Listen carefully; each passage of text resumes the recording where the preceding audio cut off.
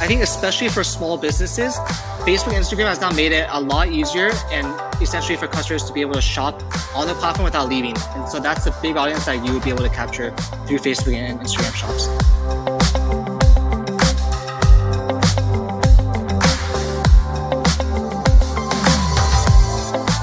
You've got a product, it's selling pretty well, and you're thinking of building a website. Or maybe you've already got your own site. But how do you supercharge it and drive as much quality traffic as possible?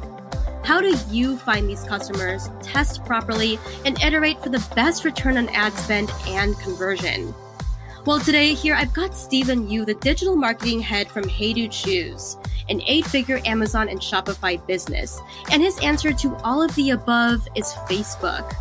He's going to tell you how to set up Facebook ads, what exactly he does to test and create dynamite campaigns that convert his customers like crazy. So sit back and relax and enjoy the upcoming episode of Multi-Channel Millionaire with Deliver. What's your background, Stephen? Hey, Selena. Thank you for the introduction. So yeah, to give a little bit about my background, I actually went to college for a degree in neuroscience. So actually nothing at all related to marketing. So my background it's a wild journey. Initially, I was planning to go to medical school because my parents wanted me to go to medical school. However, I realized that wasn't really for me. I went through the process, was going to go to some interviews, but I realized that that's not something I'm really interested in. Was trying to head into programming. And then my path ended up transitioning to marketing, and I ended up being hired at Hey Dude Shoes. And from there, I basically just grew a lot, and just my full-on path right now is marketing, and I am really glad I didn't go to medical school. That's so interesting. I feel like people come from so many different types of backgrounds. And so for neuroscience, I guess it's not straight psychology, but I would argue that, how the brain works, it is a huge pillar of marketing, is it not? Yeah, no, I definitely agree. I think psychology is a huge part of it. The psychology and thinking about like how customer behavior works and customer like intent, that definitely applies. Cool. So you are the digital marketing head of Hey Dude. And is that how you started out? So I was hired to be the digital marketing manager here.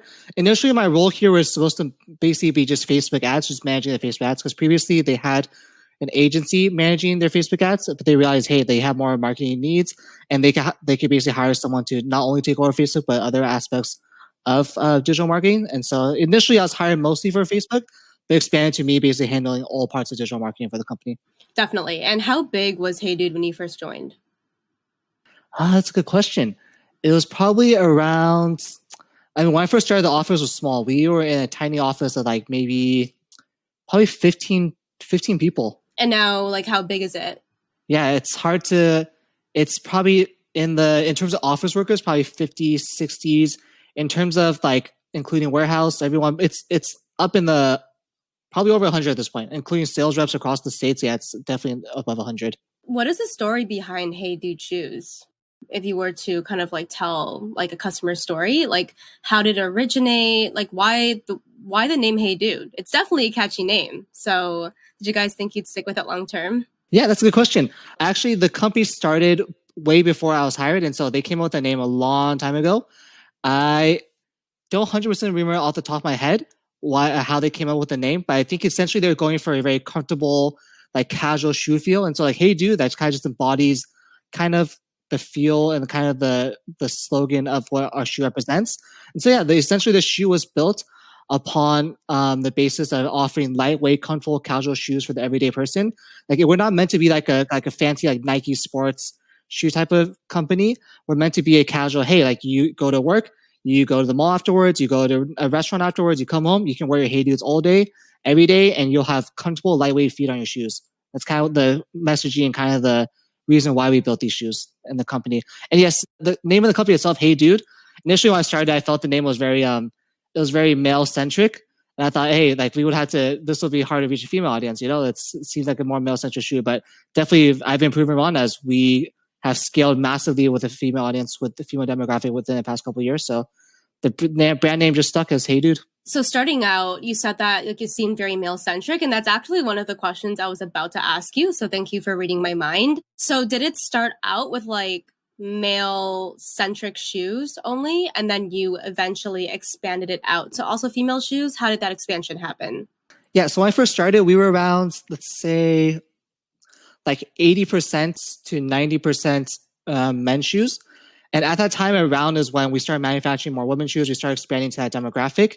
And slowly over the past few years, we just started exploding with the female demographic. And now we're expanding more into youth too. But initially when we started out, it was basically like mostly it was 80-90% men shoes. Right. And so given that, of course, everyone wears shoes except for maybe Tarzan in the jungle, how do you understand your particular audience? So how do you become familiar with their needs and their wants, especially if you are not that target customer? So as you said, you guys expanded out to female product lines. How did you become familiar with that kind of audience, since you're obviously not a woman?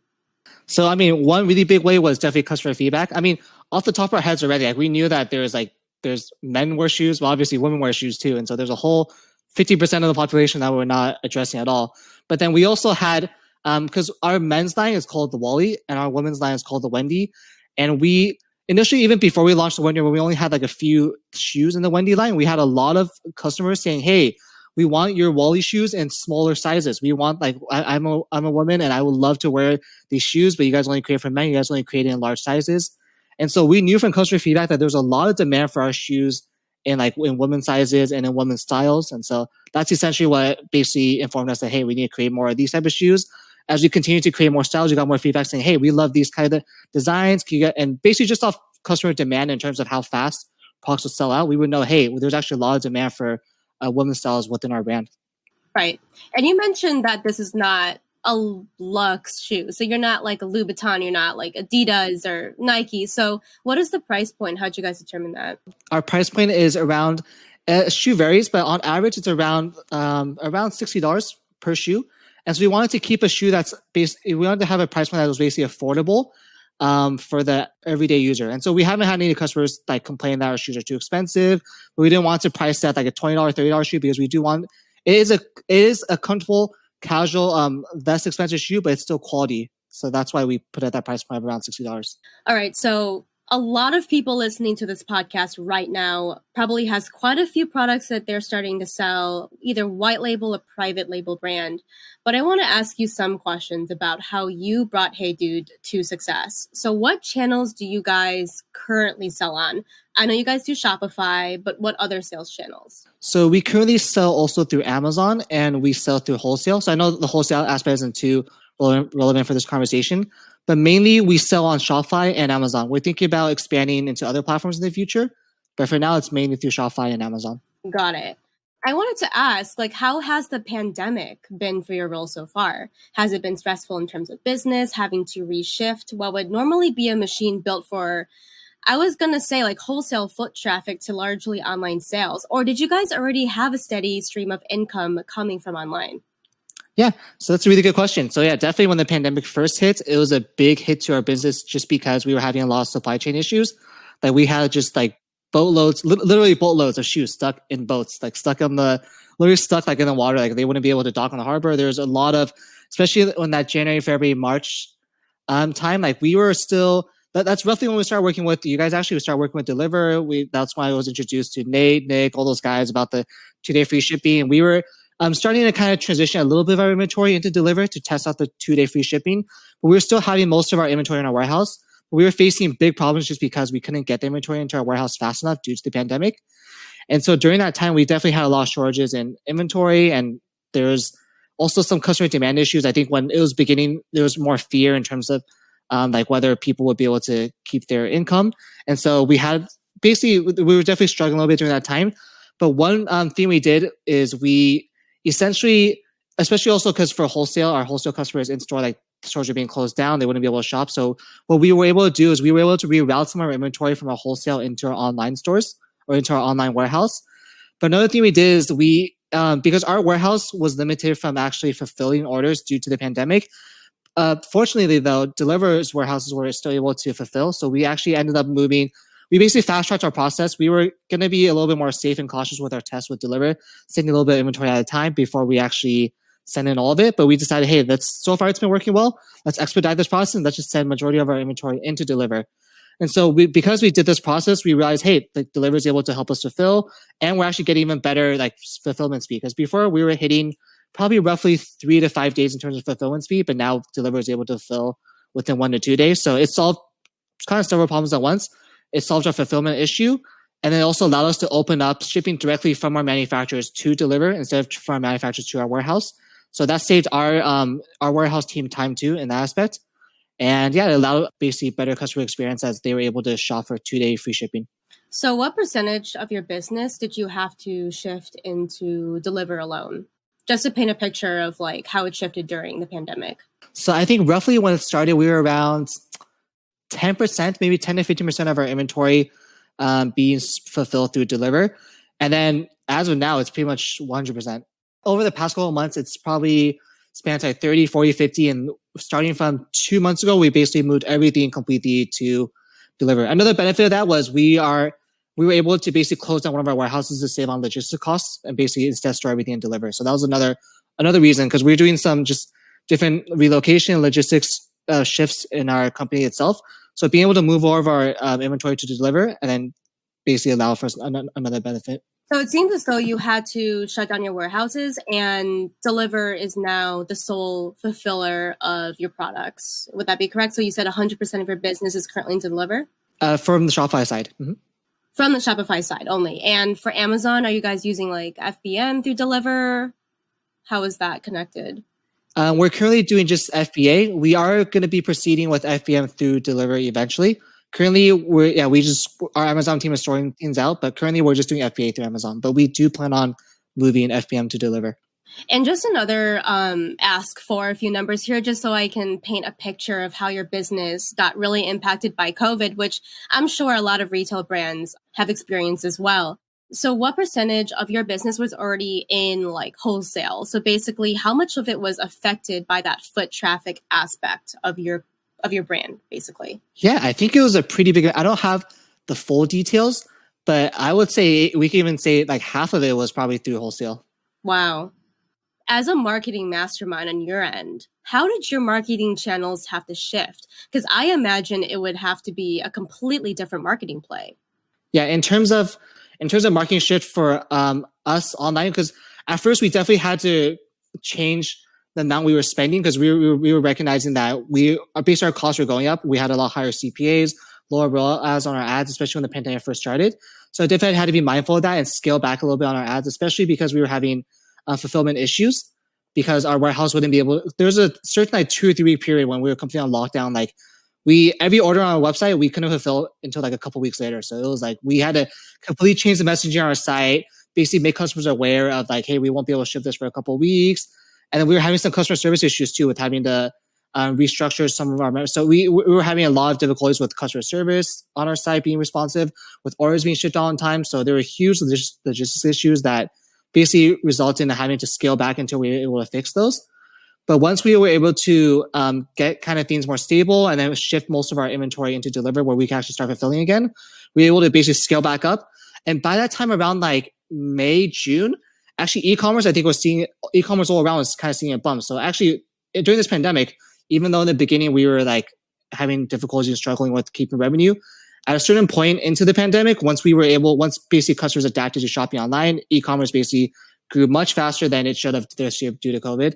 But because of that, we were actually able to scale across all of our channels and essentially come to where we are now, where we're actually like doing pretty well. Right.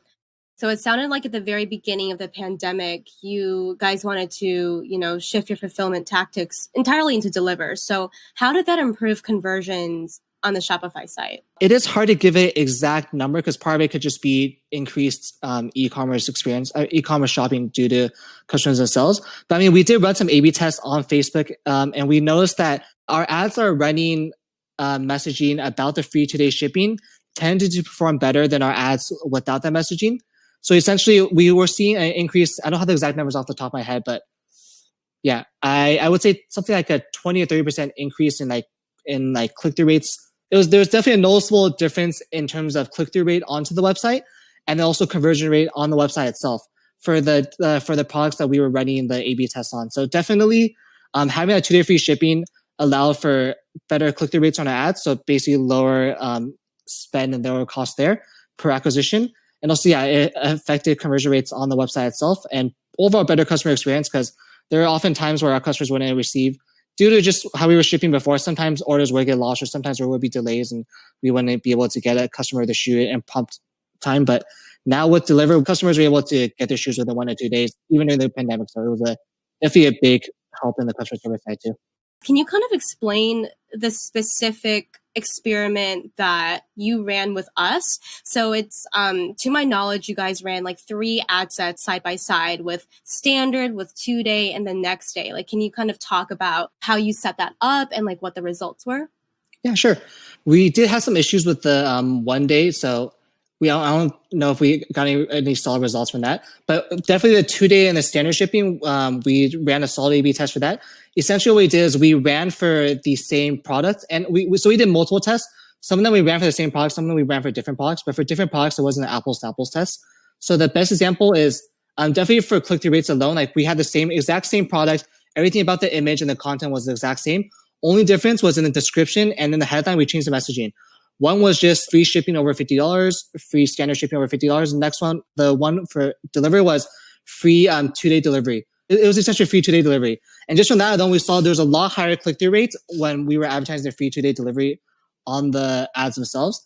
And so that itself resulted in more customers being driven to the website and overall lower cost per acquisition due to that. And in terms of just the revenue driven, the cost per acquisition for those ads, just running that difference of messaging on the website. Oh, actually, one big thing I forgot to know is that we were able to run, one of the tests we ran was specifically hiding the free 2-day shipping messaging on the website itself. So for the same shoe, for example, we had let's say a black shoe. We were able to run a test where we had the free 2-day messaging in the ads, go to the product page, which had the free 2-day messaging, and then we would A/B test that specifically against another ad for that same shoe that wouldn't have the free 2-day messaging. And then when you go to the website, also didn't have the free 2-day messaging either. So we were not able to only test the messaging in the ad itself, but also on the product page. And we also noticed basically that 25%, 30% basically difference on the pages that had the free 2-day shipping. Right. So you're saying that when the prospective buyer clicks on the ad that then redirects to your Shopify site, in terms of that badge that appears on the listing of that site, you kept the messaging similar. So basically, if it was just standard shipping, so no fast shipping promise, what the buyer would see on your website is also no fast shipping. And then for 2-day, it would appear on both the ad and on the listing on the Shopify site. Well, thank you for sharing some results there. I do think that you guys are taking advantage of a lot of out of the box, marketing platforms such as Facebook. Are you guys using any other channels besides Facebook, like perhaps Google, or just kind of like throw out there, like what channels are you guys kind of taking advantage of during this time? Yeah. So we have been using Google Ads for a while now. We're also using Pinterest. We're using Bean. I think those are probably our main. We've explored with other ones before, but currently during this pandemic, those are the main ones we're using. Okay, cool. So Google Ads, definitely. I want to talk about that later. But you said Beam. What's Beam, that one? like Beam, like the search engine. Yeah. Oh, Bing, like Bing. Okay, yeah. Got it.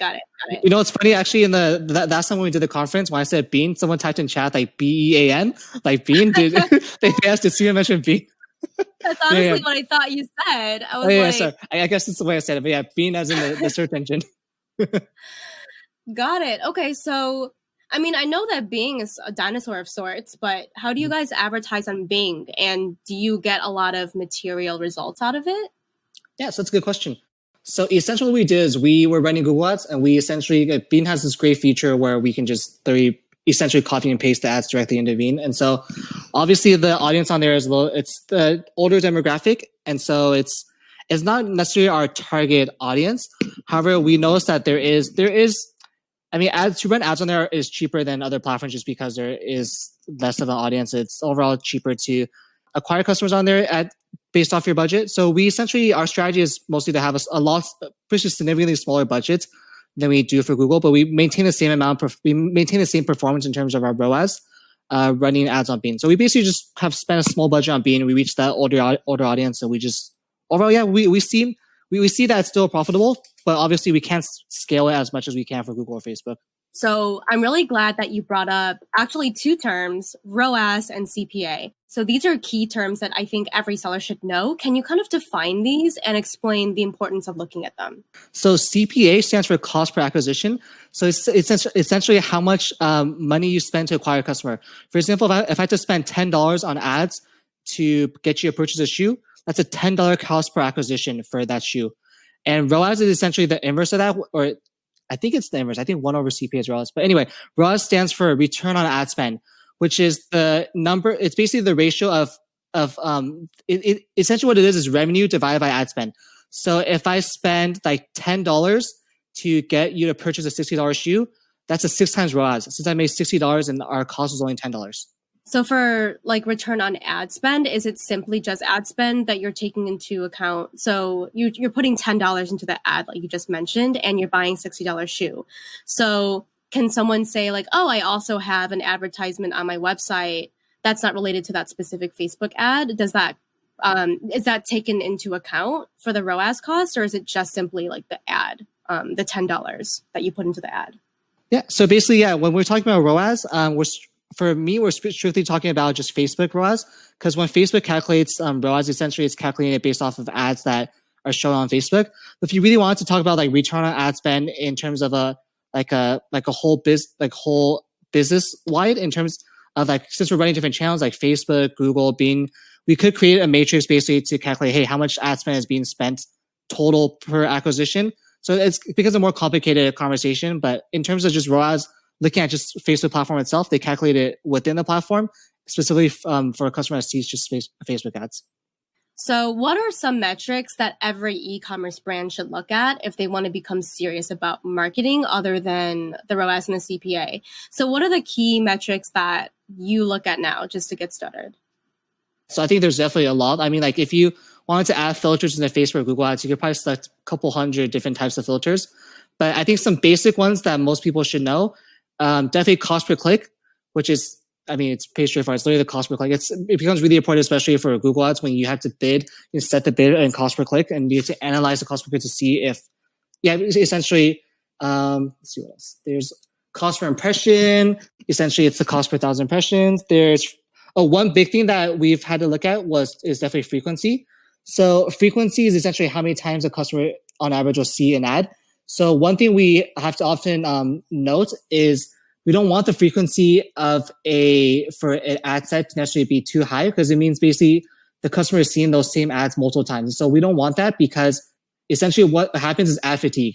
So if we're running the same ad and the customer sees it 20 times, this ties into psychology. Your eyes are just going to ignore it. Well, actually, one of two things may happen. You're either going to ignore it or you're going to be really annoyed at the ad. Like I've seen ads that I've seen like 50 times. I'm like, I don't want to see this ad. I skip right away. It's literally just a waste of that company's ad spend at that point, spending money on that ad. So we definitely want to make sure the frequency for our campaigns is not too high. And also at the same time, we want to make sure that we're always rotating out our content so that people do see different ads. Let's see. Let's take a look at some other ones. Click-through rate is a good one. Click-through rate basically tells us the quality of our ad itself. If we have a really low click-through rate, we know that we need to either change the headline, change the content, stuff like that. If we have a high click-through rate, we know that is actually doing a really good job of driving clicks to the actual website.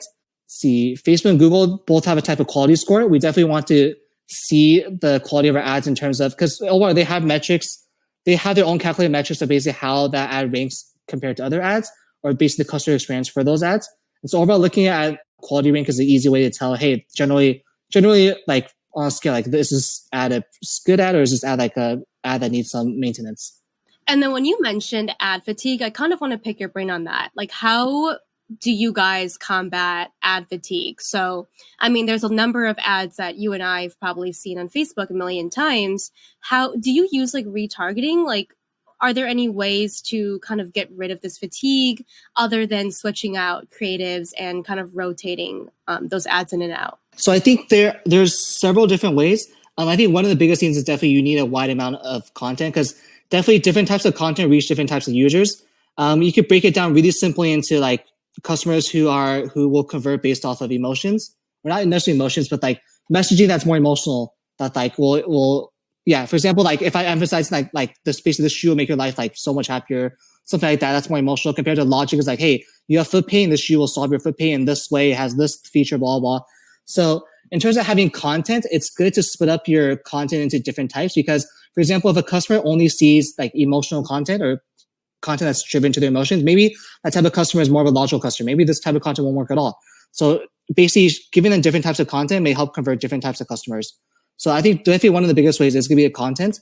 But in and of itself, you can also set, certain platforms, you can set a frequency cap, or you can adjust the budget or widen the audience to basically keep track of the frequency for those campaigns. So for example, if we see that the frequency for a campaign is shooting up to like something like 9 or 10, and customers are on average seeing 9, 10 times, that's a little bit too much than we would want. So in that case, we would either need to lower our budget a little bit, switch out some of the content, or we would need to essentially expand into other audiences because we're definitely at that point targeting those audiences a little bit too much. Another way is to set up retargeting flows that segment based off of previous ads they've seen. So for example, we could have a whole funnel of like 9, let's say an ad series of 9 different ads that are all different ads. And we could basically segment customers so that once they see a certain ad, they moved on to the next type of ad. Then moved on to the next one that's like, for example, let's say first 5 days of after a customer first lands on our website, we show them a certain type of retargeting ad. Then from 5 to 10 days, we show them another one, 10 to 15. So that way we ensure that after a couple of days, the customer isn't seeing the same type of ad over and over again.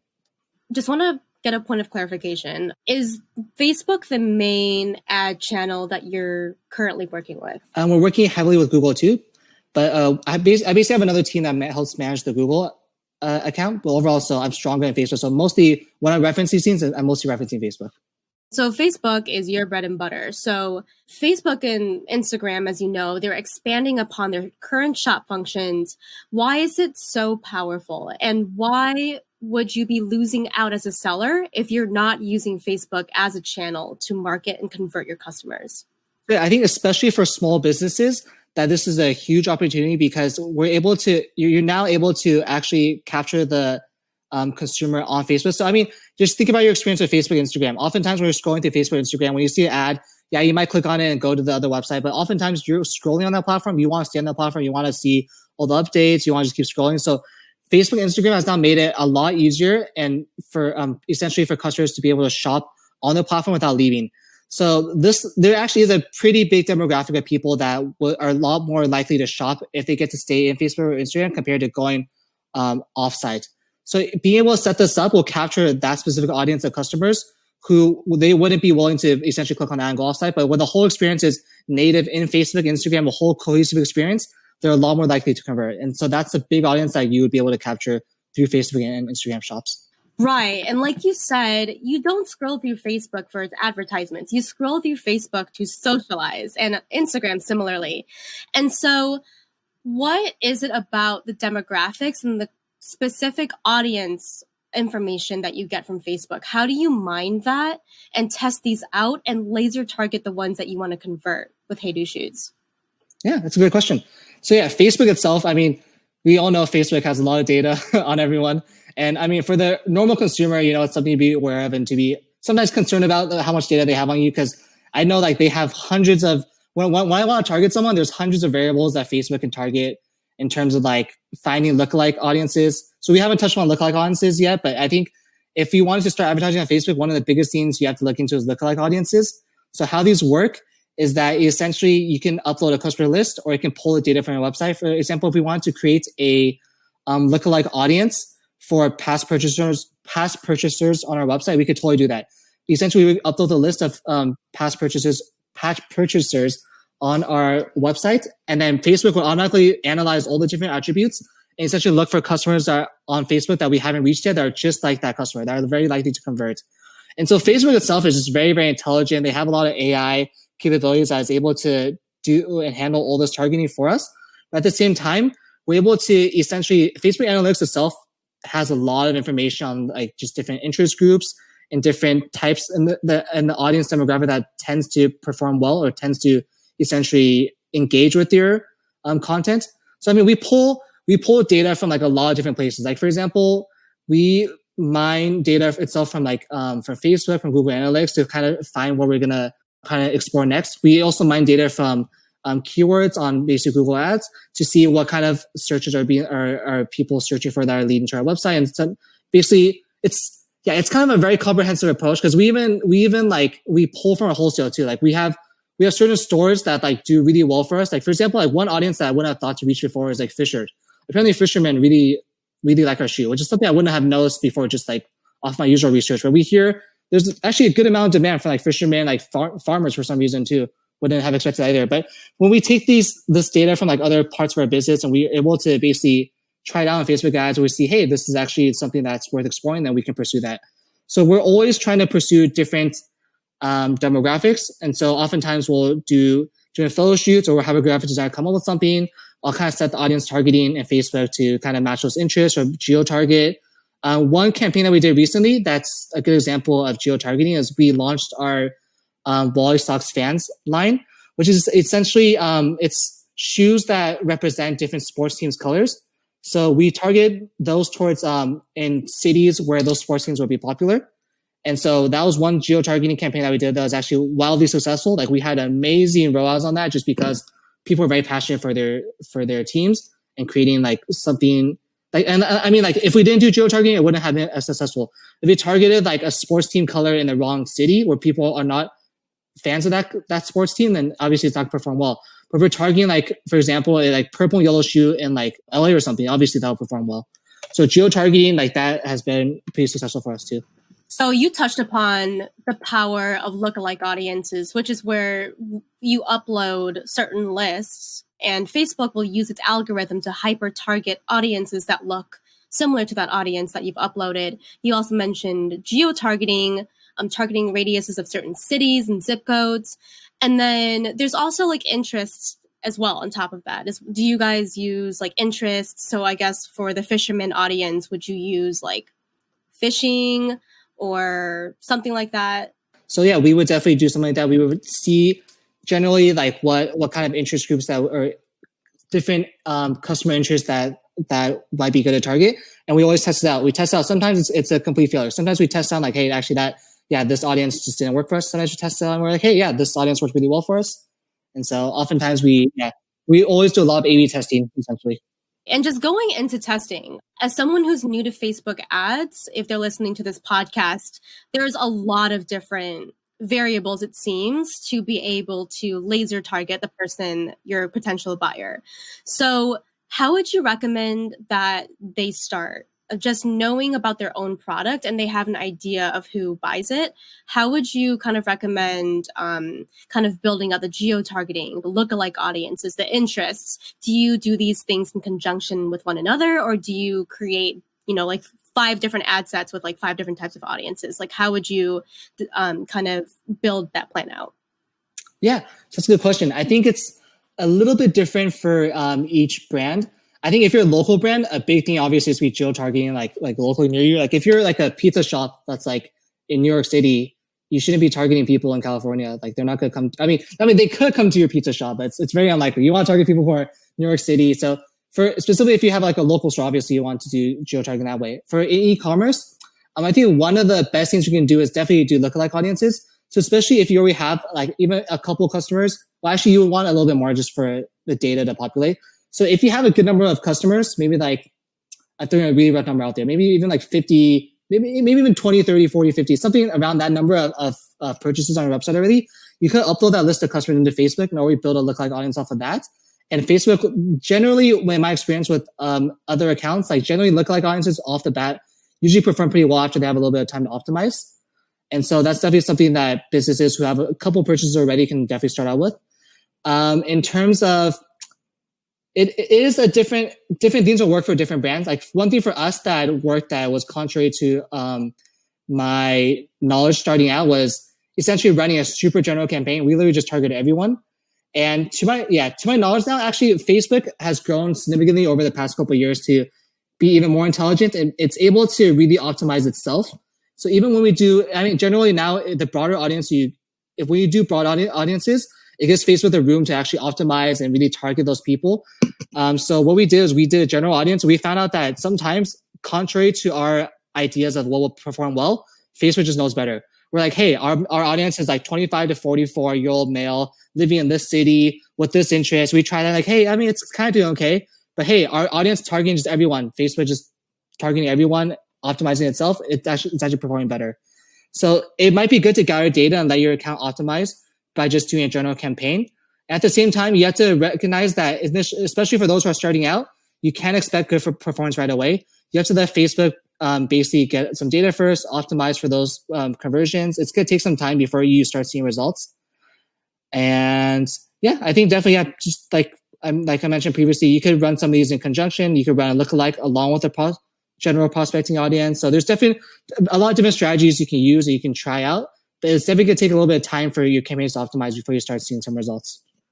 Okay, so if you don't know where to start, it sounds as if you're saying start with a more general audience and Facebook will do its work. You would let it run and optimize and just don't expect results immediately, since Facebook needs to let its algorithmic machine determine the audience you want to pinpoint. Would you be able to talk about a successful campaign that you ran for Hey Dude Shoes? So you mentioned sports and cities with avid fan bases. I think that's a really interesting campaign. But anything else, or do you want to kind of add more to that story as, you know, just to kind of illustrate like what a successful campaign looks like and what was needed to get the results that you wanted? I mean, I really like the example of our fans shoe line, especially because that's one that we did recently. I think, well, one of the biggest themes for any campaign, especially on Facebook, is content. You need to have great looking graphics. Like, especially if you're selling a product that someone's going to wear, like actually even something like a supplement, you still want a great, like even like a nice clear product photo. Basically for anything, you want like a nice high quality product photo. I know there's different camps of thought. Some people will some companies are really into like the nice, like brand lifestyle shot where it's like, maybe if you're selling a soccer ball, you're showing a person kicking a soccer ball. But for us, what we found to be working the best is just closer product shots. So it doesn't have to be just the product like by itself, but it could be like someone wearing the product. For example, we have like someone wearing the shoes, jumping off, maybe doing like some parkour or something. So previously we would do a lot of content where it's like, oh, we take the whole picture of the guy doing parkour, but then we decided, hey, I ran some tests. Let's focus on just the shoes themselves in midair. And that actually performs really well. So I think one of the biggest parts for any campaign you want to do is high quality shots. And so for our fans shoes specifically, we think about, hey, the type of audience that we're targeting this towards are fans of those sports teams. So fans of sports teams, usually they're into the sport. Obviously, they're into the sports themselves. So we generally want that to kind of be in the content itself. So we basically had, like, for example, we had like one of our shoes, we'd have it in the picture of the basketball because that's obviously related to sports. So it's essentially crafting content that's related to the audience that you're trying to target. For example, another campaign we did was we did a campaign for nurses, because obviously nurses are on their feet all day. And so they could definitely do with a nice pair of comfortable shoes. So we basically incorporated that into both our messaging and our content. We had someone who was wearing scrubs and also wearing a pair of our shoes. And in the messaging, we also talked about, hey, are you basically messaging towards like thanking nurses for their hard work. Hey, if you're on your feet all day, like a nurse, like this is the perfect shoe for you. So it's essentially recognizing your audience and being able to solve their problems through your ad in a way or through your product. At the same time, basically giving them the feel and giving them like the really close up, like view of your product. So I think those are some strategies or some tips that are very key to our campaigns. So in terms of the more, I would say like inorganic side of things, in addition to providing really quality content that you mentioned before, how did you build a social media following for Hey Dude? Did you take advantage of influencer marketing and partnerships? Did you spearhead any of those kind of projects? I didn't directly spearhead them, but I was pretty involved in them. We used to work with a lot more influencers. We still do, but essentially we ran a lot of influencer campaigns where we not only use them as a platform to reach their audiences, but we also use them as a platform to get content. For example, one of the biggest things we did was this is a big campaign. We ran a contest where we offered, I forgot the exact amount, but we offered like something like 10K or something for 2 people to travel the world and basically take photos for us. So we had this like massive, it was this really, really interesting campaign where we spent a good amount. Essentially what we did is we advertised this whole contest where, hey, if you're a graphic or if you're like a content creator, send us a video like your best sample, or make us a video basically featuring, it was basically just make a video as like a little interview. And then like, if you're chosen, we'll send you off for like I forgot the time, like 3 months, no, 1 month, 3 weeks, something like that. We sent you off for a period of time to all expenses paid by us. You go and take photos and just have fun. And so, through that, basically, we were able to grow our following because we got a lot of engagement itself from this content, from the contest itself. But then we were able to, when we were able to choose the winners, we were able to use them in a lot of content, and they were actually had a huge following themselves, like a couple 100,000 people. So basically, we had them travel the world. We had them take a lot of pictures. We had them create a lot of great content for us to use too. And overall, that was one of the big campaigns that we did with our influencers that was pretty successful. But we work also with a lot of like more micro influencers and just people that we know would personally love our shoe, because we don't want to just pay someone like a lot of money just to wear our shoes if they're not gonna like it. So we have a lot of fans that reach out and say, "Hey, we love your shoes. Like, we would love to like feature them on our like on our page or like in our video or something like that." And so that was definitely one way we grew our influencer base. Another thing we did was we did this college ambassador program, which it's more referral marketing, but it definitely it was a pretty successful thing in terms of growing our audience in terms of what in terms of our college-based audience. We basically ran this campaign where we were offering a paid college debt for people, or basically for two winners that would essentially have the most affiliate sales. So yeah, we essentially just recruited like hundreds of people across different colleges, and we had them basically be our ambassadors or our influencers on those campuses to essentially advertise our shoes and essentially get commission. And then essentially, yeah, we offered to pay off the debt for the two winners. And so we did a lot of like interesting creative campaigns like these that essentially helped us to broaden our audience with specific demographics. For example, growing our college audience with the college ambassador program. And yeah, so.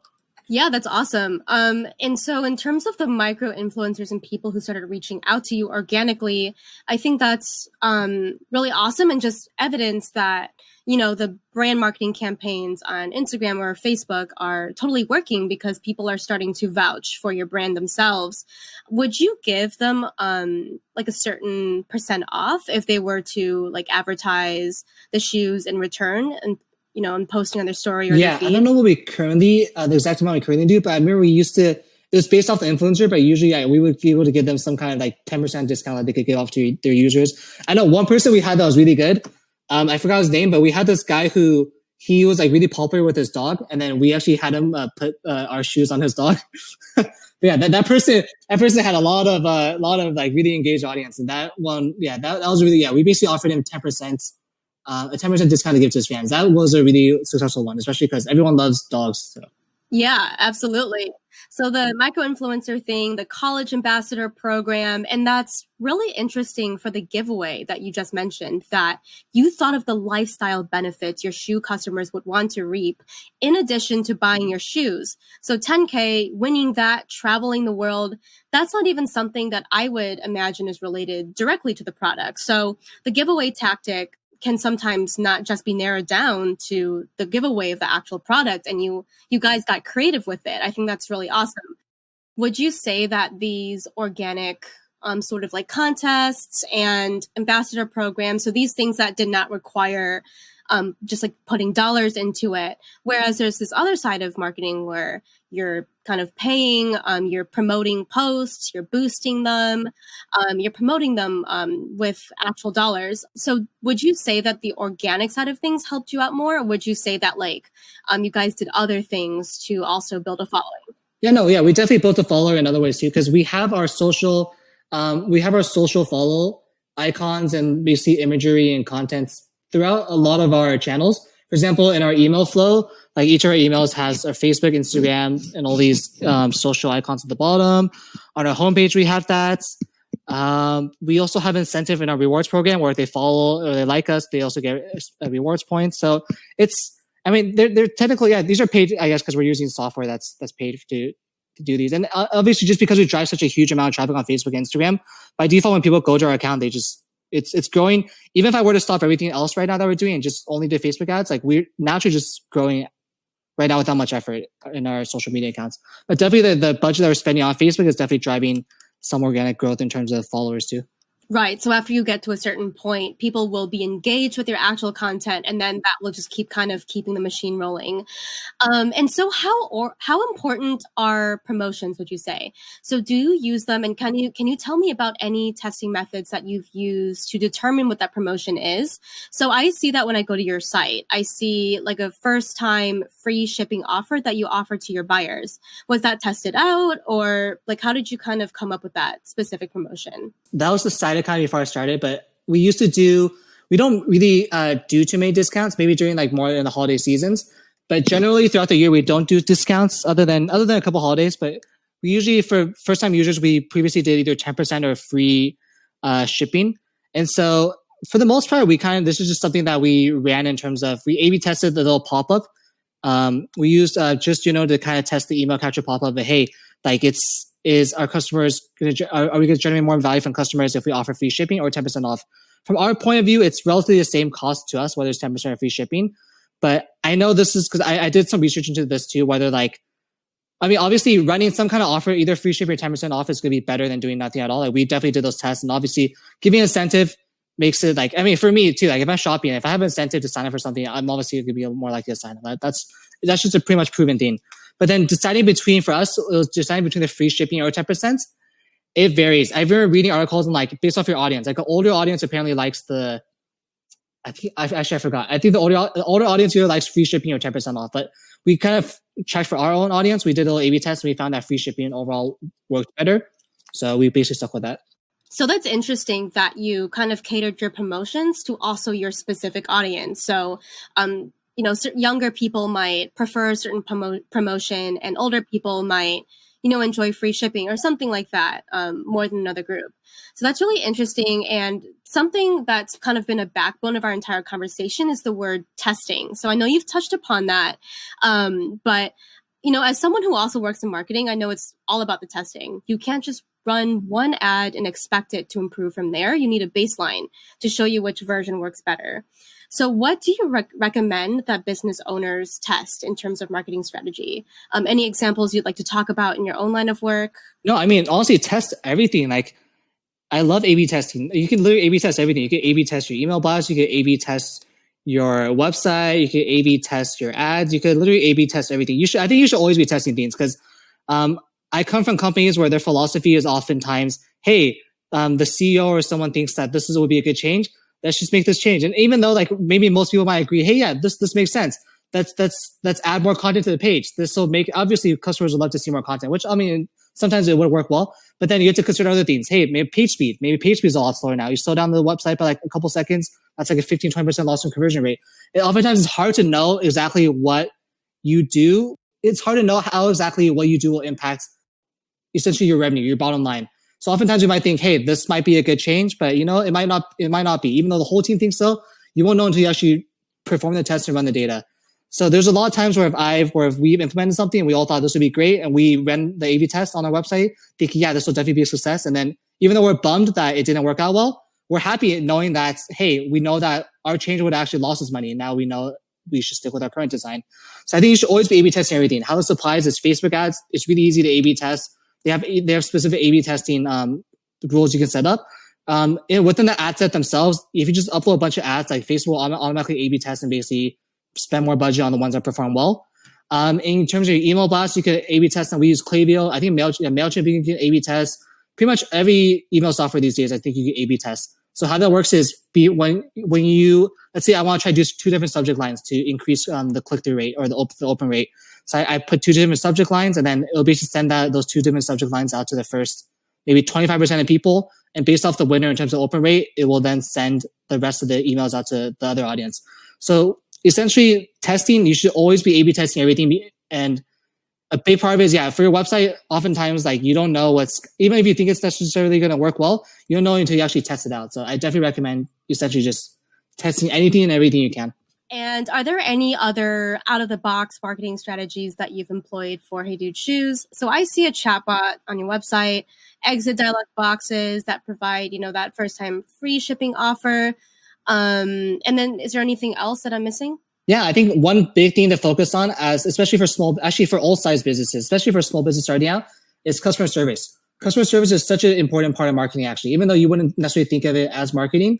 But like, yeah, like live chat itself, I would say live chat itself definitely attributes to some purchases by itself. Cause like oftentimes customer service without live chat, like it's either through email or phone call. And like a customer on the website may be able to convert if they have all their questions answered within like a couple minutes compared to having to wait 2 days and leaving the site.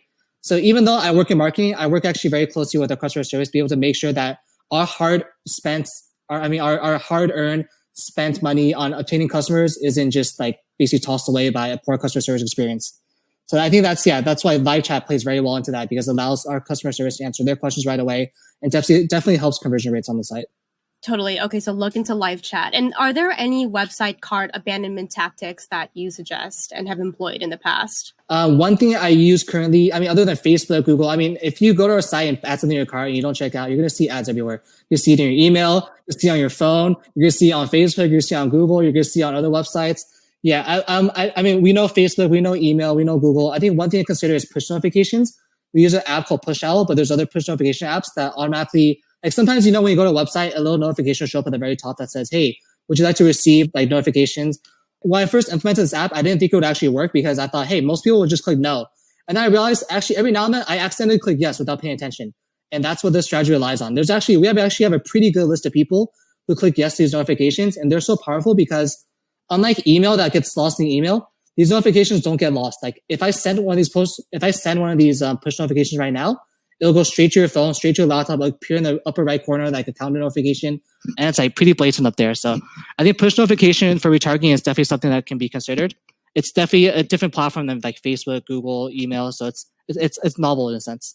All right. So what are your future plans for Hey Dude Shoes marketing? Are you scoping out any other platforms or any other ad opportunities? Because I remember you were talking about expanding beyond Amazon and Shopify. So what are the future plans for you guys? So we're not 100% set just yet, and it's still in discussion, but we might be expanding out to other platforms like eBay, Walmart. Yeah, not fully sure just yet. We're going to be exploring. I'm not actually too familiar with like in terms of other channels we'll be exploring in terms of that, but I can definitely talk about like other channels in terms of ad channels. Like we're definitely looking at like TikTok, expanding more on Pinterest, so Snapchat even. So there's different platforms that are not known to be like the main social platforms that people usually advertise on.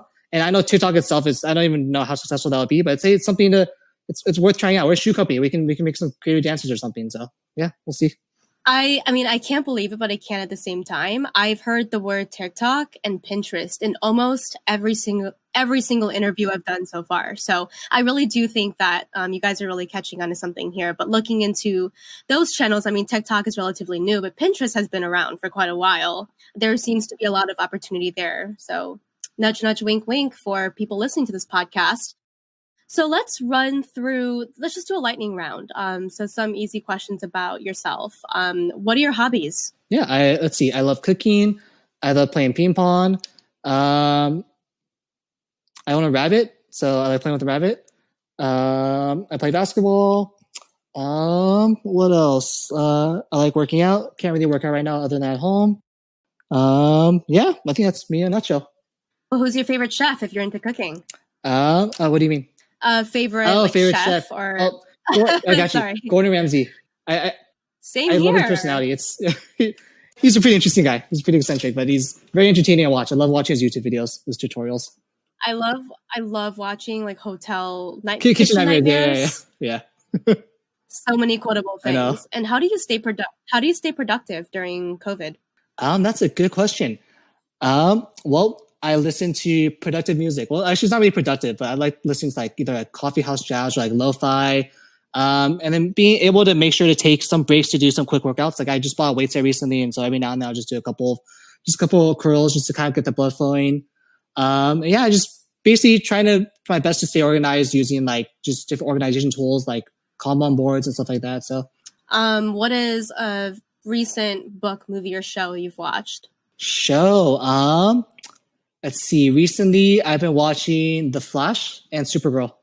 Nice. Okay, so you're into. I think all those are superhero movies. Superhero shows. Yeah.